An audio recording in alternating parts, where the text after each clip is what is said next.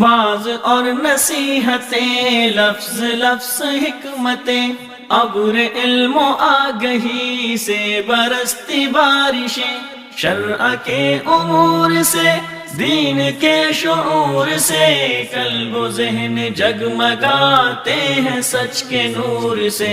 خطبہ جمعۃ المبارک،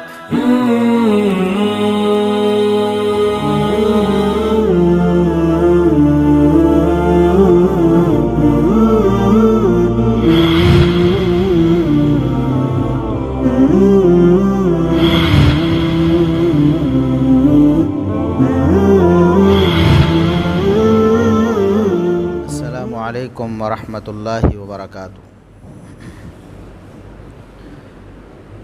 ان الحمد للہ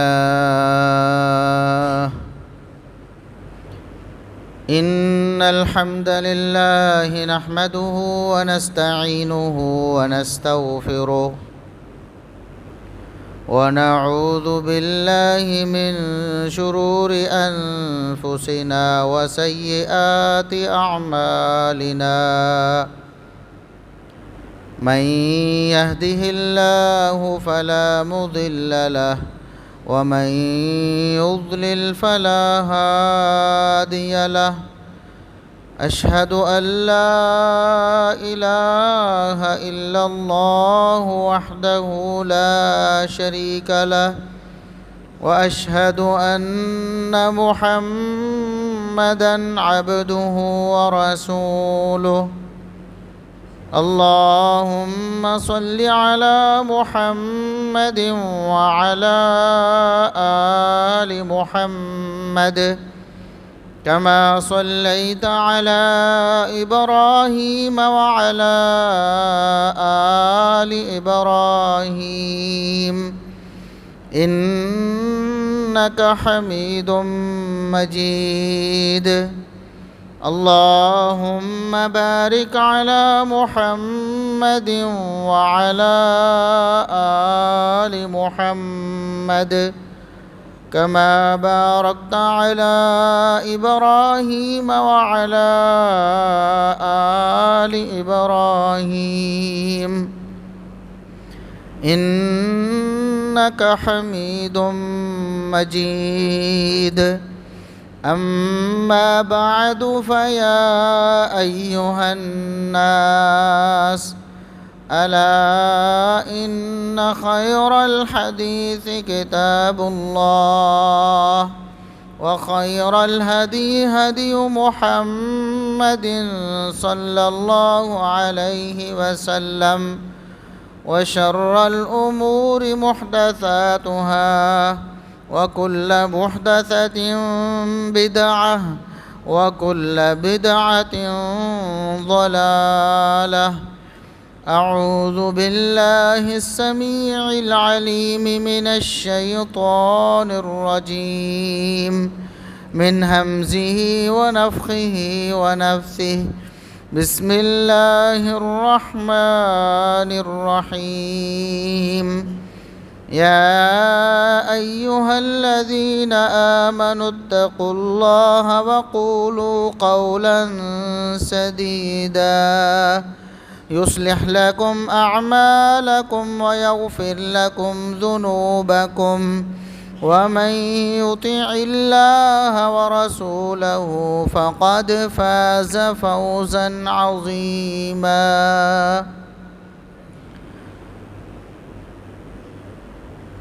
انتہائی قابل احترام بزرگوں، عزیز نوجوان ساتھیوں، معززات و مکرمات اسلامی ماؤں اور بہنوں، ہر قسم کی حمد و ثنا، تعریف و تمجید، کبریائی، بڑائی، رفعت و عظمت اللہ رب العزت کے لیے جو پوری کائنات کا خالق و مالک ہے۔ بے شمار لا تعداد، بے حد و حساب درود و سلام پیغمبر آخر الزماں، محسن انسانیت، محسن کائنات، جناب محمد الرسول اللہ صلی اللہ علیہ وسلم کی ذات اقدس پر گزشتہ خطبہ جمعۃ المبارک میں نے مروجہ سیاست کے حوالے سے ہمارے دین اسلام کا جو نقصان ہو رہا ہے اس میں سے ایک چیز کو ذکر کیا تھا کہ مسلمانوں کا باہمی بھائی چارہ جو کہ اسلامی اخوت پر مبنی ہے وہ ختم ہوتا جا رہا ہے، وہ ہماری اس مروجہ سیاست کی بھینٹ چڑھ رہا ہے، اور بجائے اسلام کی بنیاد پہ بھائی چارہ ہونے کے ہماری محبت و مودت جو ہے وہ سیاسی حوالے سے تقسیم ہو رہی ہے، جو کہ نہ انفرادی طور پر ہمارے لیے اچھی ہے اور نہ اجتماعی طور پر خوش آئند ہے۔ اسی طرح یہ تو ایک بات تھی کہ سیاست کے حوالے سے ہماری دینی اخوت متاثر ہو رہی ہے، اس کے علاوہ بھی بہت ساری خرابیاں ہیں جو ہم نے پال رکھی ہیں۔ اس سیاست کی وجہ سے بہت ساری اور بھی قباحتیں ہیں جو ہمارے معاشرے میں عام ہو چکی، ان میں سے ایک جھوٹ بھی ہے کہ ہم نے اس سیاست کی وجہ سے جھوٹ کو معاشرے میں رواج دیا ہے۔ سب سے پہلے تو ہم دیکھیں گے کہ جھوٹ ہے کیا اور اس کی قباحت کیا ہے، اسلام نے اسے کیوں روکا ہے اور منع کیا ہے، پھر اسلام میں جھوٹ کتنا بڑا جرم ہے اور اس کے بارے میں کتنی بڑی بڑی وعیدیں آئیں، پھر ہماری سیاست میں کس قدر بے دریغ جھوٹ بولا جاتا ہے، اور پھر اس کے لیے کس طرح کے ہیلے بہانے تراشے جاتے ہیں اس کو جائز باور کروانے کے لیے، اور کیا وہ بہانے واقعی ہمارے کام آنے والے ہیں اللہ کے دربار میں۔ تو سب سے پہلے یہ سمجھیں کہ جھوٹ ہے کیا۔ حق کو باطل کر کے دکھانا، روشنی کو اندھیرا کہنا، ظلم کو عدل کہنا، اچھائی کو برائی اور برائی کو اچھائی کہنا، کسی کی جان، کسی کے مال یا کسی کی عزت کو پامال کرنے کے لیے ایسی بات کہنا جو کہ حقیقت کے خلاف ہے، اسے جھوٹ کہا جاتا ہے۔ اگر ہم مذہبی اور اسلامی نقطہ نظر سے ہٹ کے بھی دیکھیں، فطری طور پر انسانی معاشرے میں اس کی کوئی گنجائش نہیں، اس سے نفرت جنم لیتی ہے۔ آپ کسی کے بارے میں جھوٹ بولیں گے، حقائق کو مسخ کریں گے تو سب سے پہلے اس کے دل میں آپ کی عزت اور احترام ختم ہو جائے، عزت اور احترام کی بجائے بغض و عداوت پیدا ہوگی۔ جس سے آپ جھوٹ بول رہے ہیں، جس کے بارے میں آپ جھوٹ بول رہے ہیں، اس کی جگہ پر اپنے آپ کو رکھ کے دیکھیں کہ اگر کوئی آپ سے جھوٹ بولے تو آپ کے تاثرات اس کے بارے میں کیا ہوں گے اور آپ کے دل کی کیفیت کیا ہوگی۔ اس سے معاشرے میں فساد پیدا ہوتا ہے، بدامنی پیدا ہوتی ہے اور بات قتل و غارت تک جاتی ہے، معاشرے سے امن ختم ہوتا ہے جھوٹ کی وجہ سے۔ یہ بہت بڑی فساد کی جڑ ہے۔ جس طرح کہتے ہیں نا فلاں ایک بیماری ہے، وہ 70 بیماریوں کی ماں ہے، اس کا علاج ہو جائے تو 70 بیماریاں دور ہو جاتی ہیں۔ تو جھوٹ 70 کیا بے شمار جو گناہ ہیں ان کا سبب ہے اور ان کی جڑ اور بنیاد ہے۔ اسی لیے رسول اللہ صلی اللہ علیہ وسلم نے فرمایا کہ ان الکاذب یہدی الی الفجور، جھوٹ جو ہے وہ انسان کو گناہوں کی طرف لے کے جاتا ہے، گناہوں کی طرف لے کے جاتا ہے۔ ایک تو بذات خود جرم اور گناہ ہے، اور دوسرا یہ گناہوں کی بنیاد بنتا ہے۔ انسان گناہوں کی دلدل میں دھنستا چلا جاتا ہے جب جھوٹ کا خوگر ہو جاتا ہے اور جھوٹ بولنے کی پریکٹس شروع کر دیتا ہے، تو پھر وہ گناہوں کی دلدل میں دھنستا چلا جاتا ہے۔ تو یہ ہمارے معاشرے کے لیے، ایک انسانی معاشرے کے لیے ناسور ہے جھوٹ۔ بہت ساری خرابیوں کی بنیاد اور جڑ ہے یہ جھوٹ، بد امنی اور فساد اور قتل و غارت کا سبب ہے جھوٹ۔ یہی وجہ ہے کہ اسلام نے اس پر پابندی لگا دی، پابندی لگا کر سختی سے منع کر دیا کہ جھوٹ بولنا جائز نہیں ہے، جھوٹ کی اسلام میں کوئی گنجائش نہیں۔ یہاں تک کہ قرآن کریم میں اللہ رب العزت نے آیت مباہلہ میں جھوٹ کا ذکر کیا، جھوٹوں کا ذکر کیا، فرمایا فَنَجْعَلْ لَعْنَةَ اللَّهِ عَلَى الْكَاذِبِينَ، آؤ مل کر جھوٹوں پر اللہ کی لعنت کرتے ہیں، جھوٹوں پر اللہ کی لعنت ہو۔ مباہلے میں یہ دعا مانگی جاتی ہے کہ جو جھوٹا ہے اس پر اللہ کی لعنت ہو۔ اتنا بڑا جرم ہے جھوٹ بولنا، انفرادی طور پر اور اجتماعی طور پر اس کی ہلاکت خیزی اور سنگینی اس قدر ہے کہ رسول اللہ صلی اللہ علیہ وسلم نے اس کو نفاق قرار دیا۔ فرمایا آیت المنافق ثلاث، منافق کی 3 نشانیاں ہیں، منافق کی 3 نشانیاں ہیں، اور سب سے پہلی جو بیان فرمائی اذا حدث کذب، جب بولتا ہے تو جھوٹ بولتا ہے، یہ منافق کی نشانی، یہ انسان کے نفاق کا پتہ دیتا ہے جھوٹ۔ یہ کتنا مخلص ہے اسلام کے ساتھ، ایمان کے ساتھ، اللہ کے ساتھ، رسول صلی اللہ علیہ وسلم کے ساتھ، یہ پتہ چلتا ہے اس کے سچ اور جھوٹ سے۔ جھوٹ بولتا ہے تو پتہ چلتا ہے کہ اس کے دل میں کھوٹ ہے، نفاق ہے۔ منافق کی پہلی نشانی اذا حدث کذب، بولتا ہے تو جھوٹ بولتا ہے۔ اور پھر رسول اللہ صلی اللہ علیہ وسلم نے فرمایا جھوٹ کا انجام جہنم ہے۔ جھوٹ کے مفاسد اپنی جگہ پر دنیا میں جو مرتب ہوتے ہیں، جو خرابیاں سامنے آتی ہیں دنیا میں، وہ اپنی جگہ پر، آخر کار انجام آخرت میں جہنم ہے۔ فرمایا ایاکم والکذب، میری امت کے لوگوں جھوٹ سے بچ کے رہنا، جھوٹ سے بچ کے رہنا۔ اور یہ انداز وہی انداز ہے، ایک تو ہے نا کہا جاتا ہے جھوٹ سے بچو بھی، جھوٹ نہ بولا کرو، ایک یہ انداز ہے۔ اور ایک انداز ہوتا ہے جب ہم دیکھتے ہیں کہ ایک انسان کی جان کو خطرہ ہے، ابھی اس کی جان جا سکتی ہے، فوراً اس کو بجائے لمبی بات کرنے کے شارٹ لفظ میں ایک لفظ بول کر اس کو فوراً متنبہ کیا جائے تاکہ وہ بچ جائے، اپنی جان بچا سکے۔ ایاکم والکذب، بچ جاؤ جھوٹ سے، بچو بچو۔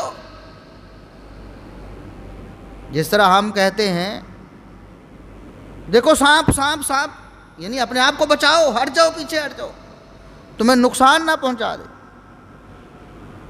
ایک عام طریقہ ہے کہ بندے کو کہا جائے کہ سانپ جو ہے نا وہ زہریلا ہوتا ہے، وہ آپ کی جان کے جانے کا سبب بن سکتا ہے، سانپ سے بچنا چاہیے۔ اور ایک ہے کہ بچو بچو، بچاؤ اپنے آپ کو سانپ سے۔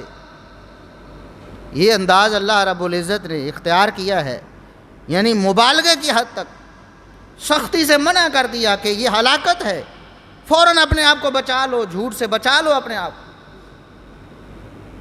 کیوں؟ ان الکذب یہدی الی الفجور، جھوٹ انسان کو گناہوں میں لے جاتا ہے، گناہوں کی دلدل میں پھنسا دیتا ہے۔ جھوٹ ایک دفعہ بولا گیا تو اس کے لیے 1000 اور جھوٹ بولنے پڑیں، اس کے لیے کتنی برائیاں ان کا ارتکاب کرنا پڑے گا، کتنے جرم اس سے سرزد ہوں گے اس ایک جھوٹ کی وجہ سے۔ انسان گناہوں کی دلدل میں پھنس جائے گا۔ جب گناہوں کی دلدل میں پھنسے گا تو وَإِنَّ الْفُجُورَ يَهْدِي إِلَى النَّارِ، گناہ اس کو جہنم میں لے جائے۔ جھوٹ ایک تو بذات خود گناہ ہے، دوسرا بے شمار گناہوں کا سبب بن کر انسان کو جہنم کا ایندھن بنا دیتا۔ اسلام میں جھوٹ کو کبیرہ گناہ قرار دیا گیا۔ کبیرہ گناہ، بڑے بڑے جو گناہ ہیں، بڑے بڑے جو جرائم ہیں، جو جرائم کی فہرست میں ٹاپ آف دا لسٹ ہے، ان میں سے ایک جھوٹ ہے۔ یاد رکھیں، اسلام نے، اللہ رب العزت نے، رسول اکرم صلی اللہ علیہ وسلم نے جس جھوٹ پر، جس جرم پر، جس گناہ پر جہنم کی وعید سنائی ہے، یا اللہ کے عذاب سے ڈرایا ہے، یا لعنت کا ذکر آیا ہے اس کے ساتھ، وہ کبیرہ گناہ ہے، یعنی بہت بڑا گناہ ہے، بہت بڑا جرم ہے، اللہ کی نظر میں بہت بڑا جرم ہے۔ اور اس کے بارے میں آپ نے سنا، فَنَجْعَلْ لَعْنَةَ اللَّهِ عَلَى الْكَاذِبِينَ، جھوٹوں پر اللہ کی لعنت کریں۔ لعنت کیا ہے؟ اللہ کی رحمت سے دوری کا سبب اور اعلان ہے کہ یہ بندہ اللہ کی رحمت سے دور ہو چکا ہے، اس کی بدبختی اس پر اتنی غالب آ چکی ہے کہ یہ اب اللہ کی رحمت کا مستحق نہیں ہو سکتا۔ یہ ہے لعنت۔ جھوٹے اللہ کی لعنت کا مستحق ہوتے ہیں، اللہ کی رحمت سے دوری کا سبب ہے جھوٹ۔ اور دوسرا، جہنم کی وعید آ گئی کہ رسول اللہ صلی اللہ علیہ وسلم نے فرمایا کہ جھوٹ انسان کو گناہوں کی طرف لے جاتا ہے، اور گناہ انسان کو جہنم میں پھینک دیتے ہیں۔ کبیرہ گناہ ہے، بہت بڑا جرم ہے اسلام میں، اللہ کے ہاں بہت بڑا جرم ہے، اور جنت سے محرومی کا سبب ہے، اور جہنم میں داخلے کا سبب ہے جھوٹ۔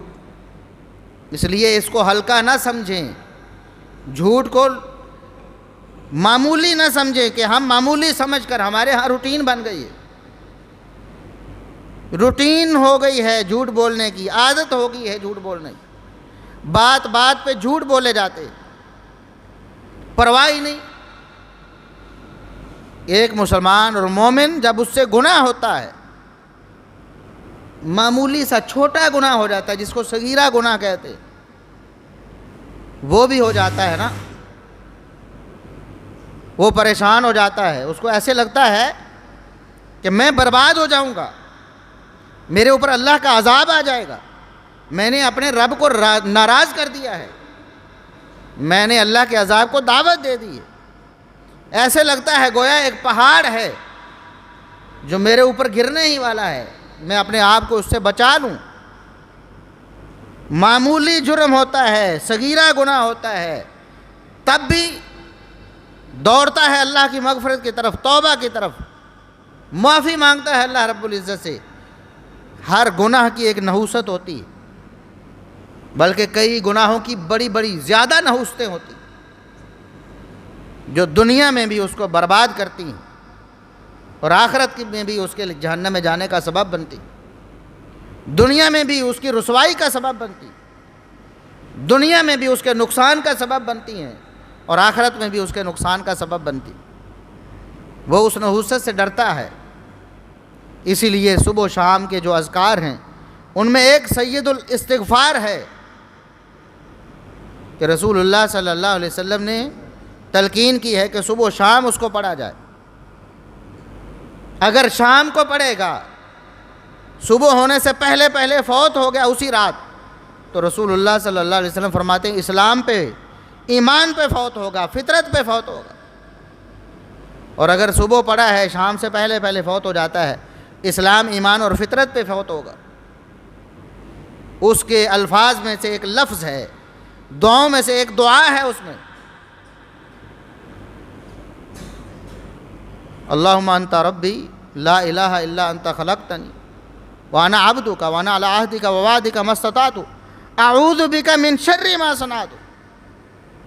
یہ الفاظ بتا دیتے ہیں کہ ہر گناہ اپنے ساتھ ایک نحوست لے کر پھرتا ہے، اور ہم اس کا ارتکاب کرتے ہیں تو وہ نحوست ہمارا پیچھا کرتی، ہمیں رسوا کرتی ہے، ذلیل کرتی ہے دنیا میں۔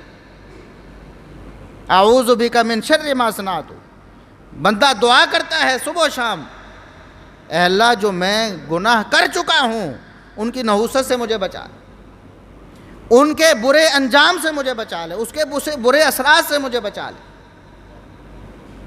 ہر گناہ کی نحوست ہوتی ہے۔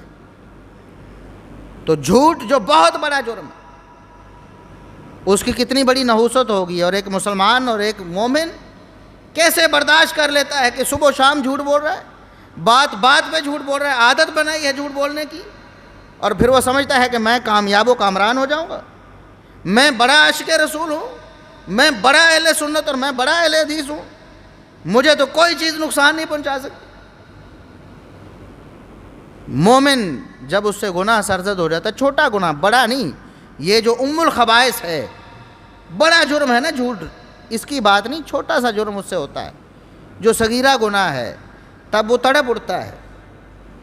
ایک صحابی سے ایسا ہی صغیرہ گناہ سرزد ہوا, اللہ کے رسول صلی اللہ علیہ وسلم کے پاس. اللہ کے رسول مجھے بتائیں میں اپنے آپ کو پاک کیسے کر سکتا ہوں, اس جرم سے, اس گناہ سے مجھ سے سرزد ہو گیا ہے. اللہ کے رسول صلی اللہ علیہ وسلم نے قرآن کریم کی آیت سنائی, ان الحسنات یذہبن السیئات, چونکہ گناہ صغیرہ تھا, چھوٹا جرم تھا, فرمایا چھوٹے جرائم اللہ رب العزت نیکیوں کی وجہ سے ختم کر دے. نماز پڑھتے ہو, زکوٰۃ دیتے ہو, روزہ رکھتے ہو, صدقہ و خیرات کرتے ہو, اچھا بولتے ہو, پیار محبت سے آپ پیش آتے ہو لوگوں سے, کسی کے ساتھ اس کی مدد کرتے ہو, ان چیزوں سے تمہارے چھوٹے چھوٹے جرائم اللہ رب العزت ویسے ہی آٹومیٹکلی صاف کرتا رہتا. یہ ہے ایک مومن کی شان. وَلَمْ يُصِرُّوا عَلَىٰ مَا فَعَلُوا, ان سے گناہ ہوتا ہے, چھوٹا گناہ بھی ہو جاتا ہے, تب بھی ان کا ضمیر ملامت کرتا ہے کہ ہم اپنے آپ کو اس سے پاک کر لیں. کیسے پاک کریں؟ فوراً اللہ سے مدد مانگتے ہیں, اپنے چھوٹے سے جرم پر بھی ڈٹ نہیں جاتے.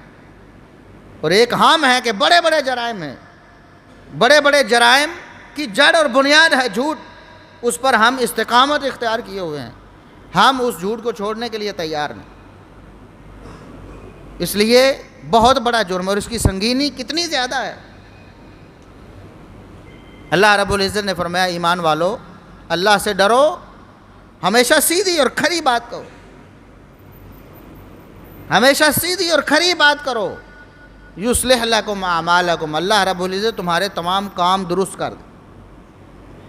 اگر اپنے معاملات کو درست کرنا چاہتے ہو, اپنے کاروبار کو ترقی دینا چاہتے ہو, لوگوں میں, معاشرے میں اپنی عزت بنانا چاہتے ہو, کامیابی اور کامرانی حاصل کرنا چاہتے ہو, ایک ہی طریقہ ہے کہ قولوا قولا سدیدا, اپنی بات سے جھوٹ کو ختم کر دو, ہیرا پھیری, فراڈ, دھوکہ دہی ختم کر دو, ہمیشہ سچی اور کھری بات کرو. پھر تمہارے اعمال کی درستگی, تمہارے کام, تمہارے معاملات کو درست کرنا یہ اللہ اپنی ذمہ داری بنا لے. وَيَغْفِرْ لَكُمْ ذُنُوبَكُمْ, تمہارے گناہ بھی معاف ہو جائیں گے. جھوٹ چھوڑنا اتنا بڑا اللہ کے ہاں اعزاز و اکرام والا کام ہے کہ اللہ رب العزت گناہوں کو آٹومیٹکلی معاف کر دے. اس لیے جھوٹ کی سنگینی کو ہم سمجھیں, اور ہم نے ماحول معاشرے میں اپنی سیاست میں جو جھوٹ کو رواج دیا ہے, ہم نے سمجھ لیا ہے کہ جھوٹ بولنا ہمارے لیے تو جائز ہے. یاد رکھیں, میں نے پچھلے خطبہ میں بھی عرض کیا تھا, اسلام نے 3 موقعوں پر جھوٹ بولنے کی اجازت دی ہے. 3 موقعوں پر جھوٹ بولنے کی اجازت دی ہے. ان میں سے ایک موقع پچھلے دفعہ میں نے عرض کیا تھا کہ 2 مسلمان بھائیوں کی صلح کروانے کے لیے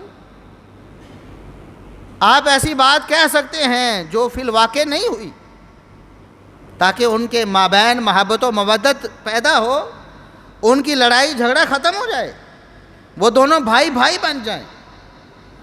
اس لیے جائز ہے نا. اور ہماری سیاست میں جھوٹ کیوں بولا جاتا ہے؟ یہ مقصد ہوتا ہے کہ بھائی بھائی بن جائیں, محبت اور پیار پروان چڑھے, یا بغض اور عداوت پیدا کرنا مقصود ہوتا ہے, یا لڑانا, دنگا فساد کروانا مقصود ہوتا ہے, لوگوں کی پگڑیاں اچھالنا مقصود ہوتا ہے, لوگوں کی عزتوں سے کھیلنا مقصود ہوتا ہے, لوگوں کی جان اور مال کا نقصان کرنا مقصود ہوتا ہے. کیا مقصود ہوتا ہے؟ اور دوسرا موقع ہے جنگ میں, دشمن سے جنگ ہے, دشمن سے لڑائی ہے, اس وقت جھوٹ بولنا جائز ہے. اور یاد رکھیں وہ جھوٹ کس کو کہتے ہیں, ایک ہے جو ہم بولتے ہیں, اور ایک ہے جس کی اسلام نے اجازت دی ہے. رسول اللہ صلی اللہ علیہ وسلم کے بارے میں صحابی بیان کرتے ہیں، کعب بن مالک رضی اللہ عنہ، صحیح بخاری میں وہ بیان کرتے ہیں کہ رسول اللہ صلی اللہ علیہ وسلم جب بھی دشمن سے لڑنے کے لیے نکلتے یا اس سے پہلے تیاری کر رہے ہوتے تو سیکیورٹی ایشوز کی وجہ سے، تاکہ ہمارا منصوبہ دشمن کے سامنے واضح نہ ہو جائے، ورّا بغیرہا، جانا مشرق کو ہوتا تو آپ بات مغرب کی کرتے، سیدھا سیدھا نہیں بتاتے تھے کہ ہم نے اس طرف چلنا ہے یا اس راستے سے جانا ہے۔ اگر یہ بتا دیا جاتا اور دشمن تک پہنچ جاتا تو وہ وہاں پہنچنے سے پہلے ہی حملہ کرتے، نقصان پہنچاتے۔ یہ نہیں کہتے تھے کہ ہم نے اس طرف نہیں جانا ہے۔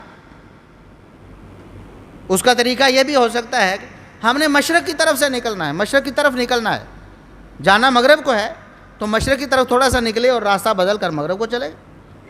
صاف جھوٹ یہ بھی نہیں ہوتا تھا، ایسا نہیں کہ حق کو باطل اور باطل کو حق کر کے دکھا دیا، روشنی کو اندھیرا، اندھیرے کو روشنی کہہ دیا، صرف الفاظ کا ہیر پھیر ہوتا تھا۔ ایک سفر میں رسول اللہ صلی اللہ علیہ وسلم جا رہے تھے، راستے میں ایک شخص ملا، اس نے پوچھا کہ آپ کہاں سے ہیں؟ تو آپ نے فرمایا ہم پانی سے ہیں۔ یہ نہیں جھوٹ بولا کہ ہم فلاں قوم یا قبیلے سے تعلق رکھتے ہیں یا فلاں علاقے سے آئے ہیں، فرما دیا ہم پانی سے ہیں۔ یہ تو حقیقت ہے کہ ہم پانی سے ہی پیدا ہوئے۔ وَجَعَلْنَا مِنَ الْمَاءِ كُلَّ شَيْءٍ حَيٍّ، ہر زندہ چیز کو اللہ فرماتے ہیں ہم نے پانی سے پیدا کیا۔ اس طرح کی بات کرنا، اور ہمارے ہاں اور پھر دشمن سے، جو اسلام کا دشمن ہے، جو اللہ کا دشمن ہے، جو رسول صلی اللہ علیہ وسلم کا دشمن ہے، اس سے لڑائی میں اس طرح کا توریہ کرنا ہے، یعنی الفاظ کو گھما پھرا کر حقیقت کو چھپانا ہے تاکہ ہمیں نقصان نہ پہنچے۔ اور یہاں مسلمانوں کے آپس میں لڑائی جھگڑا کروانے کے لیے مسلمانوں کے خلاف، مومنوں کے خلاف، اپنے بھائیوں کے خلاف جھوٹ بولا، صاف جھوٹ بولا جاتا ہے تاکہ انہیں نقصان پہنچایا جائے۔ جن کا فائدہ کرنا مقصود تھا اور فرض تھا کہ مسلمان پر ظلم نہیں کرنا، ظلم ہوتا ہو تو آرام سے نہیں بیٹھنا، اگر ان کو کوئی مصیبت آئے اس کو اپنی مصیبت سمجھنا ہے اور اس کے حل کے لیے پوری سر توڑ کوشش کرنی ہے، ان مسلمانوں کے خلاف اب جھوٹ بولا جاتا ہے۔ اور اس کو جواز یہ جی پھر کیا ایک مقولہ بولا جاتا، ہمارے ہاں ایک محاورہ بن گیا ہے، وہ سمجھا ہے شاید یہ قرآن کی کوئی آیت ہے یا نبی صلی اللہ علیہ وسلم کا کوئی فرمان ہے۔ لوگ تو ایسے ہی بول رہے ہوتے ہیں کہ محبت اور جنگ میں سب کچھ جائز ہوتا ہے۔ جی محبت اور جنگ میں سب کچھ جائز ہوتا ہے، سراسر جھوٹ پر مبنی، اس کی کوئی حقیقت نہیں۔ رسول اللہ صلی اللہ علیہ وسلم نے جنگ میں بھی ایسے اصول دیے ہیں ہمیں، عورتیں ہیں، عورتوں کو نقصان نہیں پہنچانا، جنگ میں بھی تمہارے قابو میں آ جاتی ہیں، عزت و احترام دینا ہے، کوئی نقصان نہیں پہنچا، بوڑھوں کا خیال کرنا ہے، بوڑھوں کو نقصان نہیں پہنچا۔ یہاں کیا ہوتا ہے، عورتوں کی عزتیں چاہے کسی بھی پارٹی سے ان کا تعلق ہو، نیلام کیا جاتا ہے، دوسرے کسر نہیں چھوڑتے ہیں، کوئی بھی پارٹی موقع ہاتھ سے نہیں جانے دیتی، دوسروں کی ماؤں بہنوں کی عزتیں ان سے کھیلا جاتا ہے، محظوظ ہوتے ہیں لوگ، ایسی پوسٹوں کو شیئر کرتے ہیں لوگ،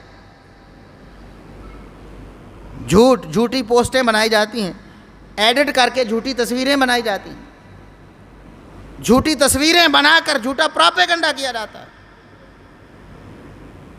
جھوٹی ویڈیوز بنائی جاتی ہیں، فیک کالز بنائی جاتی ہیں، لوگوں کو بدنام کرنے کے لیے، ان کو ڈیگریڈ کرنے کے لیے، ان کو غدار ثابت کرنے کے لیے، یا ان کو اسلام سے خارج کرنے کے لیے کہ دیکھو یہ تو مسلمان ہی نہیں، کسی کو قادیانیوں کا حمایتی بنانے کے لیے،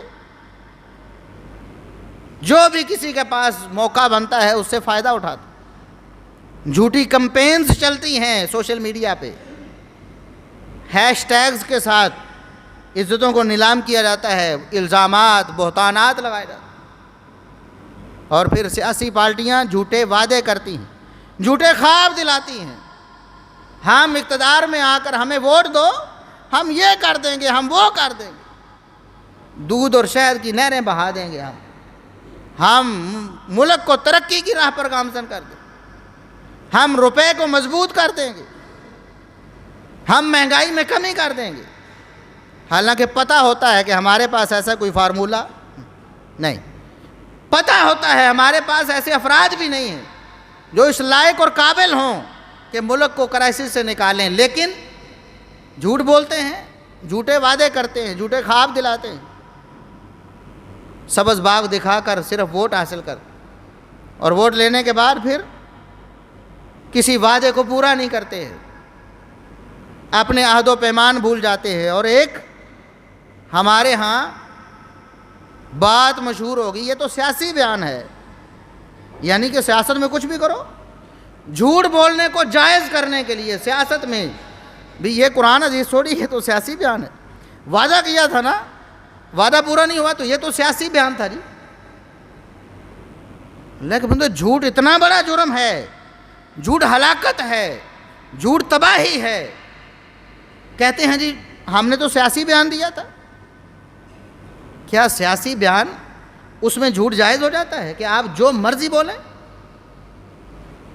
کل کے دشمن آج دوست بنتے ہیں، کل کے دوست آج دشمن بنتے ہیں، کچھ لمحوں میں، کچھ دنوں میں، کچھ مہینوں میں، کچھ سالوں میں، کوئی معیار نہیں، سچ جھوٹ کوئی معیار نہیں، معیار صرف ہماری سیاست ہے، ہمیں سیاسی فائدہ کس سے حاصل ہو رہا ہے، بس اس کے لیے اخلاقیات جائیں باہر میں، دین ایمان جائے، اس کے لیے قرآن کریم کو پسے پش ڈالنا پڑے، کچھ بھی کرنا پڑے۔ حلوے کو گوبر بناتے ہیں، گوبر کو حلوہ ثابت کرتے ہیں، ہمارے سیاسی ورکرز سوشل میڈیا پہ صبح شام یہی کام کر رہے ہوتے، اپنی پارٹی کا کتنا بڑے سے بڑا گھناؤنا جرم ہو اس کو سچ بنا کر پیش کرنے کو جھوٹ بولتے ہیں نا۔ یہی جھوٹ ہے کہ آپ حق کو باطل کہہ دیں اور باطل کو حق کہہ دیں، نقصان کو فائدہ بتائیں اور فائدے کو نقصان بتائیں، ہر پارٹی یہ کام کر رہی۔ مہنگائی ہوتی، فلاں چیز مہنگی ہو گئی، دیکھو جی عالمی طور پر مہنگائی ہو رہی، عالمی طور پر فلاں مسئلہ ہو رہا ہے جی، عالمی طور پر قیمتیں بڑھ رہی، اور دوسرے جو اپوزیشن میں ہوتے ہیں وہ پروپیگنڈا کرتے ہیں، پیٹرول بم گرا دیا، یہ کر دیا، وہ کر دیا، اپنی حکومت آتی کچھ دن بعد پھر وہ جو کہہ رہے ہوتے ہیں آج ان کا بیانیہ بن جاتا ہے، اور ان کا جو پرانا بیانیہ تھا وہ آج کی اپوزیشن کا بیانیہ بن جاتا ہے۔ کیا ہے یہ؟ جھوٹ ہے، یہی جھوٹ ہے کہ آپ حق کو باطل اور باطل کو حق کہتے ہیں، صرف سیاسی تعصب کی وجہ سے، صرف سیاسی تعصب کی وجہ سے جھوٹ کو رواج دے دیا گیا، منافقت عام ہو گئی، ہر مسلمان الا ماشاءاللہ، الا ماشاءاللہ، الا ماشاءاللہ کوئی سیاسی ورکر ہوگا جو سچ کو سچ اور جھوٹ کو جھوٹ کہے، ورنہ یہاں پر ہم نے سب کچھ سیاست کی بھیڑ چڑھا دیا ہے۔ اللہ کے بندو، ہم سب سے پہلے مسلمان ہیں، سب سے پہلے ہم اپنے اللہ کے پابند ہیں، سب سے پہلے ہم اپنے رسول صلی اللہ علیہ وسلم کے پابند ہیں۔